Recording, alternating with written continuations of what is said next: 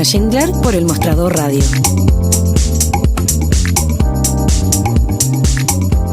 Con Copeuchi Inversiones alcancé la meta del pie para mi departamento.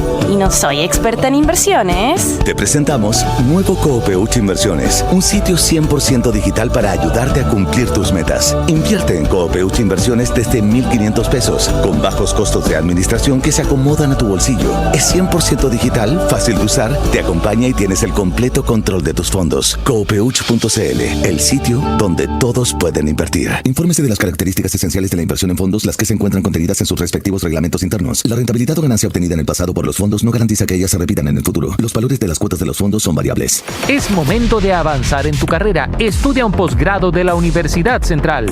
Nuestros programas de magíster te permitirán obtener certificaciones intermedias de 3 diplomados, todo en 1 año y medio. Atrévete a dar este gran paso de perfeccionamiento con la formación de académicos de excelencia e infraestructura de primer nivel. Visítanos en nuestra página web posgradosucen.cl. Postula ahora. Inicio de clases en abril. Posgrado Sucen, admisión 2023. Para los que buscan avanzar.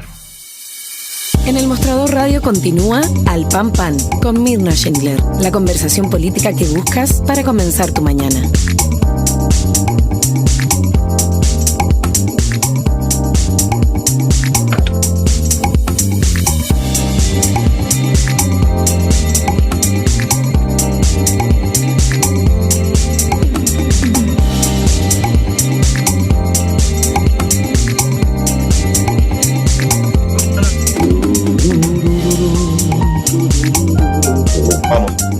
Bien, pues ya estamos entonces con el senador Iván Flores, senador por la región de Oiga, Los Ríos. me sorprendió tomando mi tecito. Pero está muy bien, pues senador, si así es la vida, pues además usted tiene que calentar el cuerpecito porque está un poquito fría la mañana. Senador, bueno, primero que nada, ¿cómo le va? ¿Cómo está? Muy bien, Mirna, muy bien, Ya, muchas pues. gracias. Oiga, queremos hablar de muchas cosas, entre otras la famosa Federación de Centro Izquierda, el rol que va a jugar la democracia cristiana, esto que ha hablado el presidente Ricardo Lagos de que fue un error, dice, no haberlo hecho en su minuto, como haber creado, dice, un solo partido socialdemócrata. Vamos a ir con eso, pero antes quiero preguntarle, ¿cómo ve al gobierno? ¿Cómo enfrenta, desde lo que usted está, desde la vereda suya, que no es la vereda del gobierno, porque usted está fuera del gobierno, su partido, cómo ve la llegada del presidente Boric y su gobierno a esta, su primera real cuenta pública al país el 1 de junio mañana? En primer lugar, nosotros no estamos en la oposición, para que quede claro lo que significa estar fuera sin estar en la oposición, pero tampoco estamos en el gobierno. Y eso nos ha dañado, Mirna, porque en definitiva, en una indefinición política respecto de la ubicación en el espectro político, creo que en los tiempos que corren la ciudadanía se confunde y la verdad es que nuestro actuar también se difumina, ¿no? Y es algo que hemos venido diciendo, la democracia cristiana tiene que tomar una decisión, independientemente que la decisión de entrar o no al gobierno le compete al gobierno y no hay quienes pudiesen aspirar en algún momento. Solo que con el tiempo que ha pasado y que ha venido pasando, la militancia, y creo poder generalizar, la verdad es que ante esta falta de consideración, luego que trabajamos honesta y esforzadamente para que Boric salga como presidente, sea electo, la verdad es que no ha habido reciprocidad. Y en ese sentido, hoy día creo que la militancia, por lo que he estado leyendo y escuchando, no quiere entrar al gobierno. Entonces, no quiere, espérese un ratito, usted lee, sí, escucha, o sea, habla con las bases y las bases no quieren entrar al gobierno. Bueno, yo no tengo ningún sistema que permita saber exactamente lo que representa el sentir de las bases, pero lo que uno ve en los chats, en las conversaciones, la verdad es que después de un año y tanto de ninguneo, de desconsideración, hoy día más pareciera, si es que hubiese un interés del gobierno, un interés coyuntural por ingresar, ¿no? Ya, pero espéreme, pero usted dijo hace una semanita nomás. Ya, pero usted dijo hace un pocas semanas, sí, dijo usted, estamos pololeando con el gobierno. Chuta, ¿se acabó el pololeo entonces? ¿Cómo? ¿Qué pasó? Bueno, usted sabe que el amor es variable y a veces complejo, pues, Mirna. Y en ese contexto lo que yo dije era que la relación con el gobierno era mejor, el trato era mejor y por lo tanto, bueno, esa mejor relación, ese mejor acercamiento podría llevar a un pololeo. Eso no significa que estemos hablando de integrar, ni mucho menos. Eso no ha ocurrido, porque quien tiene que tomar la iniciativa es el presidente de la República. Ya, pero espéreme un ratito, no pero usted coincide con esta sensación que hay en las bases demócratas cristianas que han sido ninguneados por el gobierno. Bueno, yo creo que en política uno puede tener una perspectiva propia y también el corazón o lleno o herido. Pueden ser ambas cosas, ¿no? Nos pasa a todos, en la vida, en política también. Sin embargo, tiene que haber un sentido práctico, tiene que haber un sentido país, tiene que haber una mirada que va más allá, por encima de nuestro corazoncito o por la calculadora electoral. Yo creo que hoy día aquí tenemos un tremendo desafío, Mirna, y que no tiene que ver necesariamente con intentar apoyar al gobierno para que mejore las encuestas o que mejore su gestión. Aquí lo que necesitamos nosotros es enderezar Chile. Tenemos un país que está pasando por malos ratos, pues, en muchos órdenes, ¿no? Y ya, pero por eso le pregunto, un gobierno que no lo ha hecho bien, hasta el momento no lo ha hecho bien. Ya, pero espéreme, vamos, que hay varias cosas aquí y vamos a hablar de la cuenta también, pero ya que usted entró en el tema, muy bien. Insisto, usted como senador demócrata cristiano, Iván Flores, ¿usted también está de acuerdo con este sentir de las bases de que han sido ninguneados por el gobierno? No, yo diría que, a ver, voy a ser del todo honesto, Mirna. Ya. Yo creo que efectivamente el gobierno ha estado cometiendo errores no forzados y uno de ellos es la falta de consideración hacia la democracia cristiana, un partido que ha sido parte del eje histórico del progresismo chileno y que ha sido también honesto y leal en términos de compartir con partidos que no tienen nada que ver con nuestra filosofía, con nuestra ideología o con nuestra postura, como fue, por ejemplo, el acuerdo político de gobernabilidad en el Bachelet II con la incorporación del Partido Comunista. Y nosotros trabajamos sin mayor inconveniente, ¿no? De tal manera, pero espéreme, pero los comunistas han dado señales de que sí estarían dispuestos y que les parecería importante que los demócratas cristianos se integraran al gobierno. Por lo mismo que acabo de decir. Lo que acabo de decir es que nosotros ya formamos parte de un acuerdo político, con ellos incluidos, en donde pudimos trabajar y pudimos avanzar. Ahora, lo que ha venido ocurriendo con el gobierno hoy día es que yo creo que estas dos almas, o tal vez un poquito más extenso incluso, no ha permitido tener una sola postura, ¿no? Hay gente que definitivamente no quiere la democracia dentro del gobierno. Claro. Y la respuesta natural de una institución, ¿no? o de una persona es, bueno, ¿y hasta cuándo nos demostramos con tan buena disponibilidad que digan lo que diga o hagan lo que haga, yo lo sigo queriendo? Ya, pero espéreme. Entonces ahí se trastocan, digamos, lo que es el bien país con lo que significa también el amor propio. Pues. Entonces, pero espéreme, pues que ahí vamos al bien país, porque usted ha dicho varias cosas, vamos a estar preguntándole también por qué no lo ha hecho bien el gobierno, pero el punto acá es que algunos políticos de larga trayectoria, como Camilo Escalona, el propio presidente Lagos lo dice de alguna manera, pero Camilo Escalona, puntualmente, quiero saber si usted coincide con él en cuanto a que las fuerzas progresistas deben unirse, dice él, para parar la regresión conservadora. ¿Y hay alguna duda de eso mismo? Yo creo no, la duda es si son capaces de unirse, pues. O sea, a ver, el sentido común, la necesidad que hoy día obliga a sentarse en la mesa, te guste o no el comensal, del todo, ¿no? Porque tampoco uno puede irse a los extremos. Si alguien que te coscachea todos los días, la verdad, no puede ser con quien compartir, digamos, tu vida, ¿no? O tu casa. Pero la verdad es que no estamos todavía en un extremo que no nos permita primero conversar. O sea, aquí tenemos dos cosas distintas. Nosotros en la democracia cristiana, y yo no soy dirigente de la democracia cristiana, hablo por mí y por lo que converso con algunos de mis camaradas. La verdad es que nosotros estamos súper conscientes de que si no unimos a las fuerzas del progresismo, de la centroizquierda, el progresismo moderado y también con las izquierdas, lo que vamos a tener es un gobierno de ultraderecha, ¿no?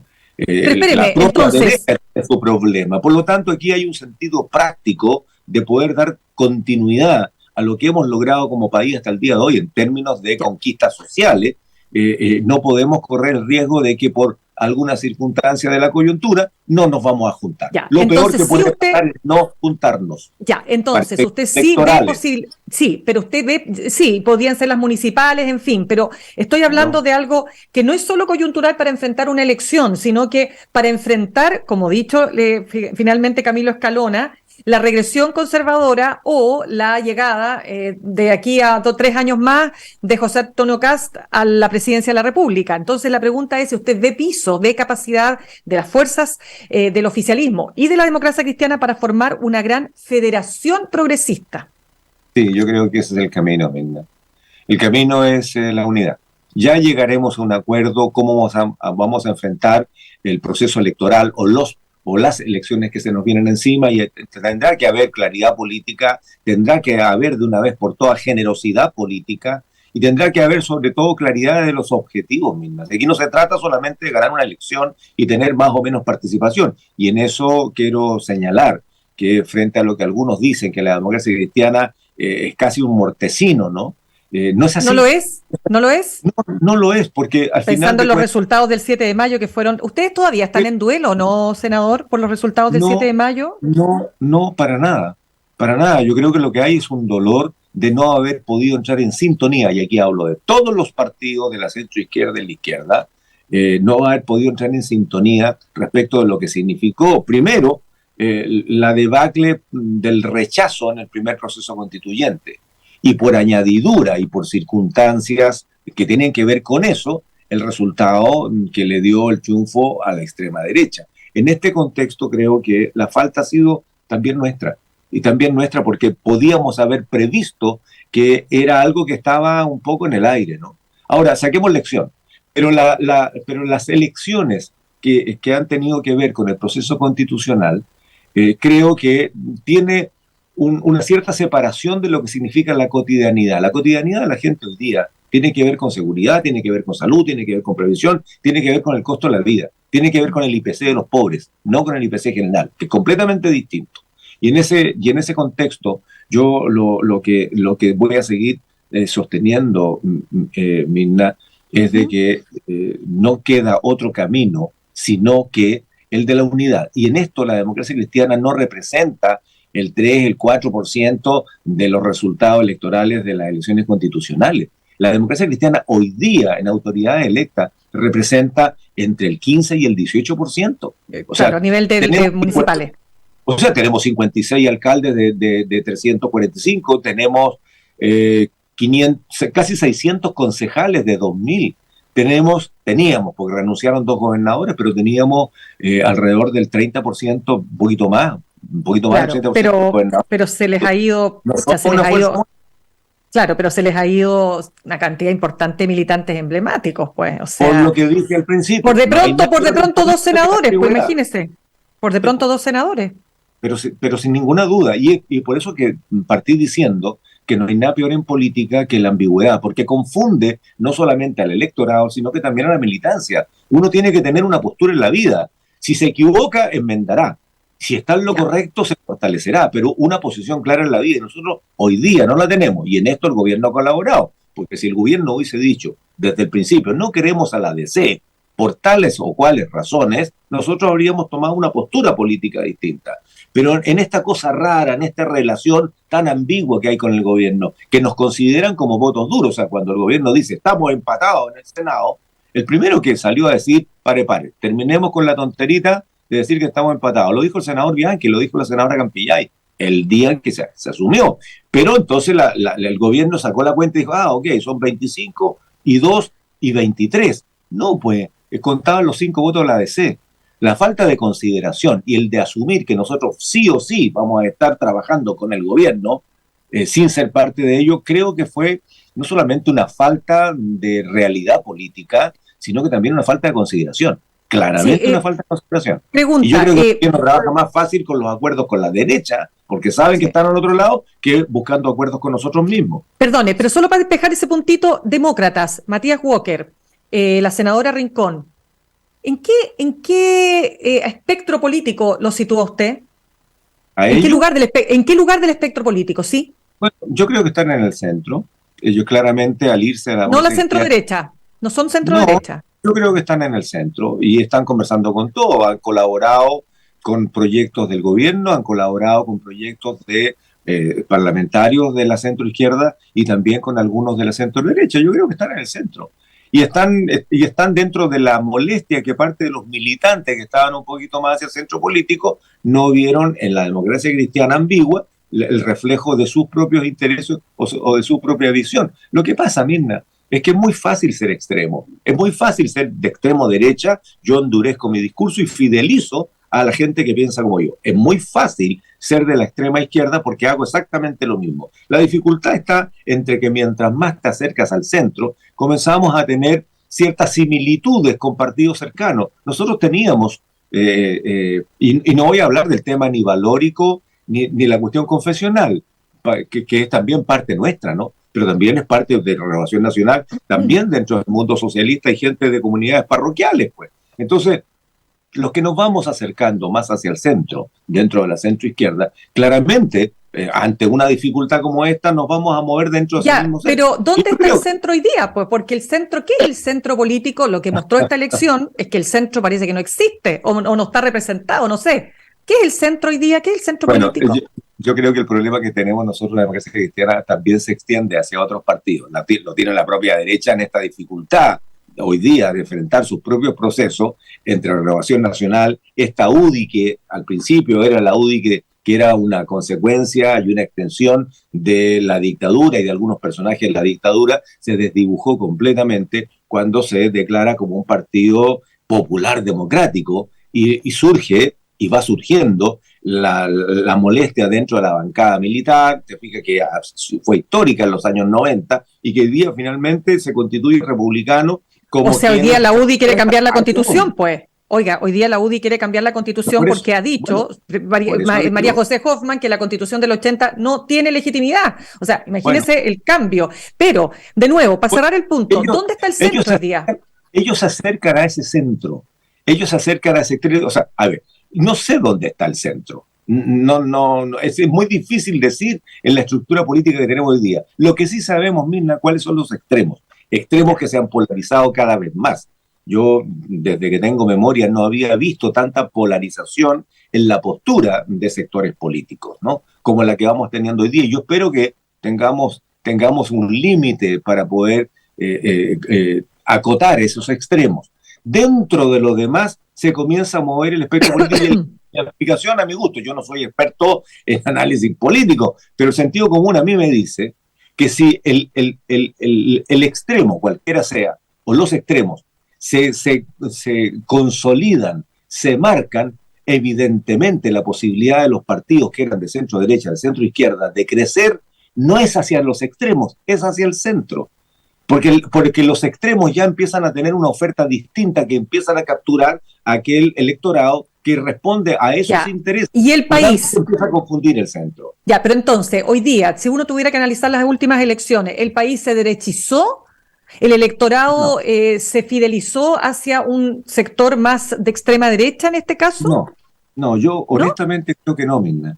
Yo creo que honestamente lo que ha pasado es que aquí hay una opinión de castigo frente a las imprecisiones o a las incapacidades que ha tenido la centroizquierda para unirse y para responder a las necesidades nacionales. O sea, ¿y el gobierno?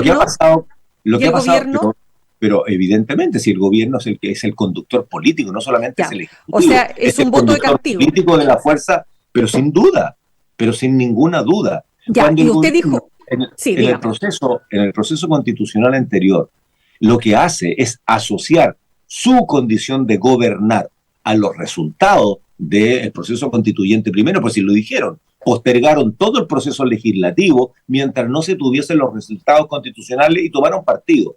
Al tomar partido, la ciudadanía evidentemente los indexa y los junta, y por lo tanto parte del resultado, creo yo, de lo que ocurrió ahora con la última elección de consejeros, tiene que ver también con un voto de castigo al gobierno, también. Pues, y entonces, senador, usted dijo hace un ratito, el gobierno no lo ha hecho bien. ¿Qué es lo que no ha hecho bien desde su punto de vista? Yo creo que hay algo que es como un denominador común, porque el programa del gobierno era muy ambicioso, ¿no? A ver, yo no lo quiero llevar de nuevo a las izquierdas y a las derechas, ¿no? Pero claramente le hacía muchísimo sentido a la gente que estaba cabreada de los abusos. Miren, si eso es así. Muchos de nosotros dijimos, uno sale a la calle y te friegan, ¿no? Pero si yo creo que la gente sigue hasta aquí con los abusos. Si usted hace una encuesta... De eso estoy hablando. Entonces, cuando Boric se plantea con claridad respecto de poner fin a los anuncios y a los abusos y anuncia toda una amplia gama de proyectos que dan cuenta de cómo deberíamos ir resolviendo la desigualdad, la gente votó por el gobierno. ¿Pero qué ha pasado con el gobierno? Entre el dicho y el hecho ha habido demasiado trecho. Y cuando además de esa brecha, de tener la capacidad de conducir, porque conducir no es ser un mandón, Mirna. No se trata de poner el dedo y decir, hágase. No, uno tiene que liderar, son cosas distintas. Y lo otro, para poder liderar uno tiene que saber. Y claramente muchas autoridades de este gobierno han demostrado que no sabían o gobernar, ni siquiera sabían cómo funcionaban algunas institucionalidades. ¿Y eso todavía usted lo ve? ¿Y eso todavía usted diría que ese factor de inexperiencia de gobernar ¿Todavía está presente en el gobierno después de un año? Obvio, se ve. ¿Y en qué se expresa? ¿En qué se expresa? Se ven los errores no forzados en procedimientos, se ve en la manera en cómo se sigue.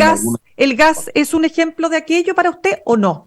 Yo creo que el gas fue una tontería. Fue una tontería que tenía que ver con una respuesta que nosotros, muchos, esperábamos que se hiciera bien. Nosotros siempre dijimos, ¿y la ANAP por qué no entra en el negocio? Tenemos tantas empresas del Estado que han venido rolando de una empresa de fomento, de subsidio también. Mira, y al final se convierten como empresas privadas. Lo estamos discutiendo. Entonces, ¿cuál fue el error? Si ustedes decían que NAP tenía que entrar. Bueno, pero si NAP tenía que entrar, ¿cuál fue el error?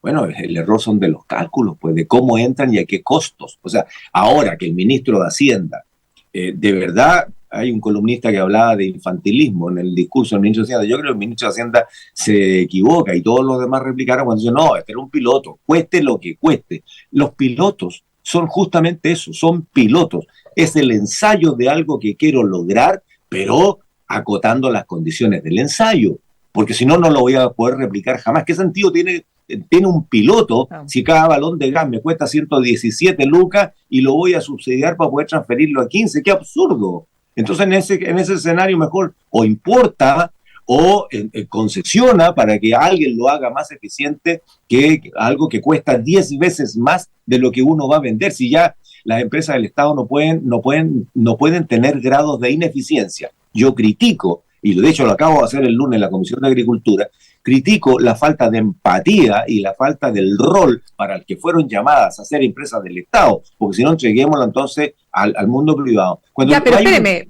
pero usted coincide entonces en la crítica respecto de que, porque este tema abierto, o sea, la cantidad de editoriales y de qué sé yo, de columnas de todo tipo, señalando que acá el Estado, con esto se demuestra que el Estado empresario o el Estado gestiona mal y que el Estado debe reducirse, en el caso puntual del gas, pero en otros temas también, a regular, pero que la pega la hagan los privados. La pega de vender, de qué sé yo, en este caso puntual de los balones, como digo, etcétera. ¿Usted diría que se afecta ahí ese rol que para la centroizquierda el Estado debe tener? Bueno, en teoría, si las fuerzas del mercado pudiesen operar correctamente y tuviésemos efectivamente un líder de mercado, donde la oferta y la demanda con una buena regulación se traducen en un precio justo y en la calidad que se necesita, podría estar un poquito más de acuerdo. Pero en un país donde la colusión, donde el abuso, donde el disfraz también ha sido parte del mercado y con distorsiones importantes, en donde hemos venido transitando desde una producción casi autosustentable como país, como era algunas décadas, a depender cada vez más de lo que importamos y algunos artículos que exportamos, al final de cuentas, entonces, si no tenemos una buena regulación, la verdad es que el Estado siempre tiene que estar disponible para poder producir aquellos bienes estratégicos que no podemos dejarlo a la importación. Dicho de otra manera, yo no puedo estar de acuerdo en que el Estado se achique. Primero, porque el Estado hoy día, administrado por el gobierno de turno, no es capaz de hacer lo que tiene que hacer. no sacamos nada de tener normas si no tenemos capacidad de fiscalizar, Mirna, porque si no se traducen en letra muerta, y ahí empiezan a aparecer los abusos, ahí empiezan a aparecer las elusiones, las evasiones, ahí empieza a aparecer la interpretación de la letra chica y la vuelta por el costado. Entonces, no tenemos la capacidad de fiscalizar lo que nosotros mismos organizamos, primera cosa. Segundo, no tenemos la capacidad de controlar al mundo privado, que haga lo que quiera mientras esté dentro del marco de la ley, y para eso hay que tener instancias de control que efectivamente el Estado se esté haciendo con justeza. Sí. Mira, voy a volver a citar el problemazo, Mirna, y esto no es trivial. Nosotros hemos venido dejando de producir alimentos básicos en Chile desde hace 2 décadas. Cada vez menos. Son más eficientes los productores, pero con un mercado completamente distorsionado. Yo estuve 2 años dando la pelea de la leche porque había una empresa, Soprole, con nombre y apellidos, yo no tengo ningún problema, que estaba importando leche en polvo de su país de origen, neozelandesa, y ponía agüita y se vendía como leche natural. No es mala la leche en polvo reconstituida, pero cuando le estás pagando al productor de leche nacional por debajo del costo durante 2 años, y el 68% de las lecherías de la Araucanía se cerraron, y después empezaron a cerrar la de los lagos y los ríos, estaba terminando la producción nacional. Alguien dijo, pero si importamos, ¿cuál es el problema? Nos pasó con las legumbres. A todos nos gustan las lentejas, los porotos chilenos. Ya no hay porotos chilenos. Se sembraban 120.000 hectáreas y hoy día estamos a la vuelta de las 9.000. Ya, o sea, hay un problema ahí de modelo que es muy importante. ¿Qué ocurre entonces? Hay una empresa del Estado que fue completamente descapitalizada, y esa empresa del Estado, su rol era cómo regular el mercado ante condiciones de distorsión del mercado. Y resulta ser que en el gobierno del presidente Piñera la descapitalizaron. Hicieron retiro. Es una empresa que está regulada, es parte de la SEP, del sistema de empresas públicas, regulada por Corfo particularmente. Y resulta que ahora no tenían un peso para poder decirle a los productores de maíz, cosechen. El maíz está en la tierra. O sea, en el fondo lo que usted está haciendo es relevar la importancia, ¿no es cierto?, del rol del Estado. Y de la empresa pública que gestiona y que lo hace bien, que regula, que impide que la falta de competencia que también se da en el sector privado, ¿no es cierto?, sea el factor esencial o marcador. Pero, senador, como se nos va acabando el tiempo, preguntarle, ¿cómo ve usted lo que va a hacer esta cuenta del presidente y cuáles debieran ser los ejes principales? Ay, chuta. ¿A qué me meto? Ya, pero mira, láncese un par de cuñas, como decimos los periodistas, pues. No, pues sí, no tengo problema. Y no soy cuñero. ¿Y como que no? ¿Más cuñero?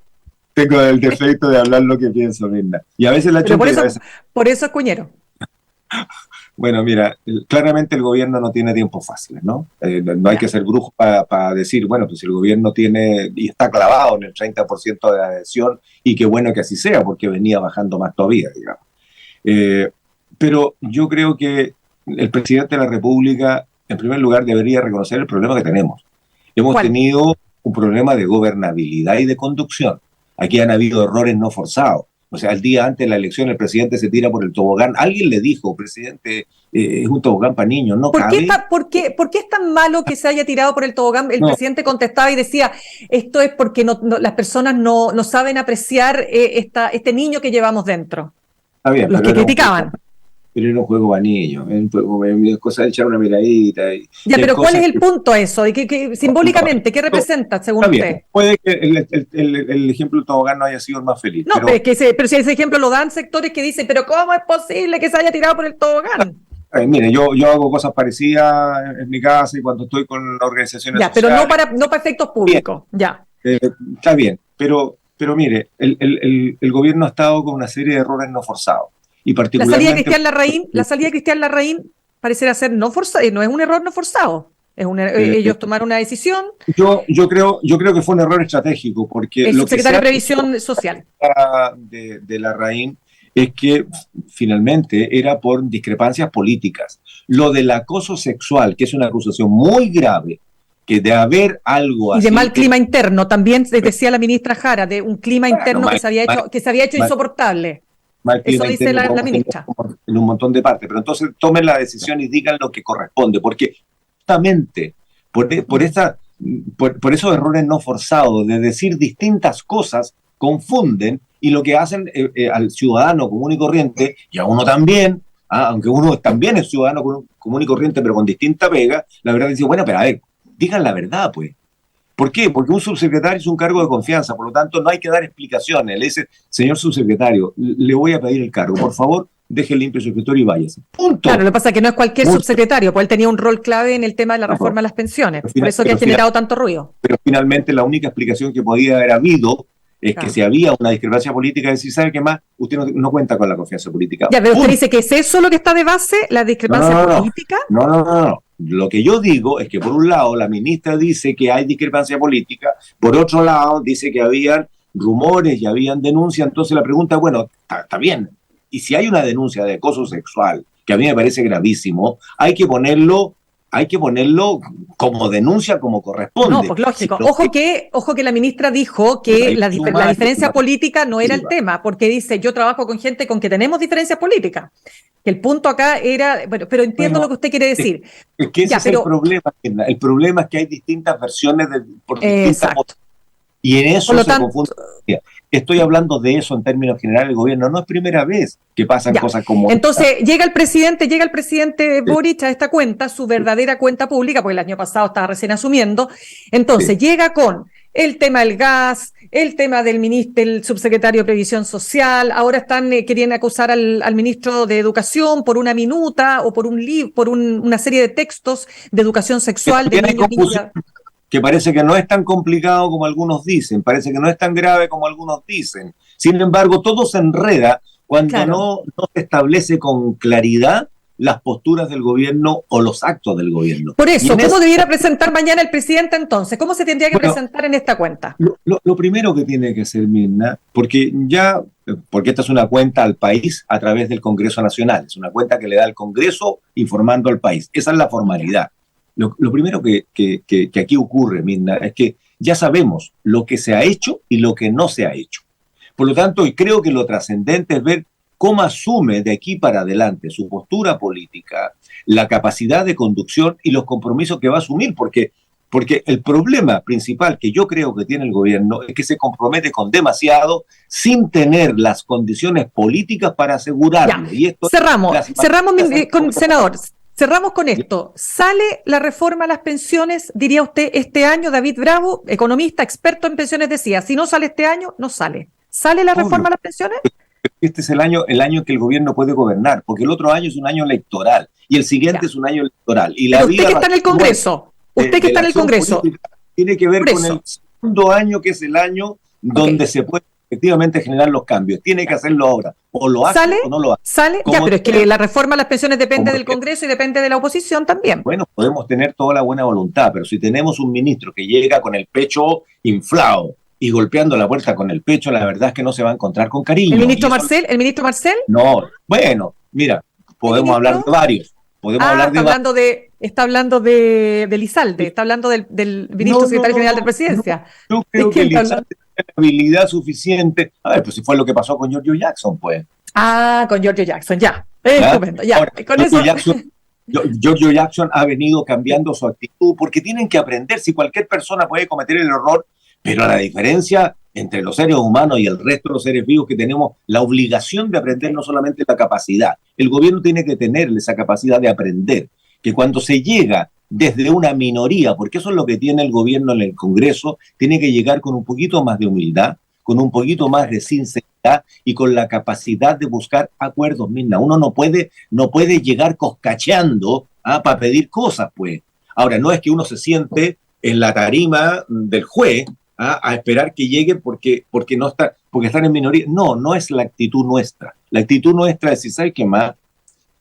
Ustedes están en un problema, nosotros tenemos una incomodidad y aquí lo único que pagan los platos rotos siempre es la ciudadanía. Entonces, ¿sabes qué más? Dejémonos de tontería. Usted siéntese, dígamela firme, dígamelo cómo lo va a hacer. Y si no sabe hacerlo, pida ayuda. No se crea campeón cuando no lo es. Hoy día todavía no llega al top 10. Por lo tanto, esa humildad, pero esa humildad sincera, Mirna, si no es tan difícil, no es tan difícil. Decirle, senador, queremos llegar a esto es lo que queremos lograr. Vamos a dejar de lado y le vamos a decir a la ciudadanía, esto otro es imposible, no vamos a poder lograrlo. pero concentrémonos en algo, porque si no vamos a seguir picoteando de todo, vamos a seguir picoteando de todo y al final cumpliendo poco. Si el problema que tiene este gobierno es que sigue insistiendo en el programa original y que no ha podido cumplir. Entonces, concéntrese. ¿Y dónde concéntrese? En la agenda de seguridad. Y te voy a decir por qué.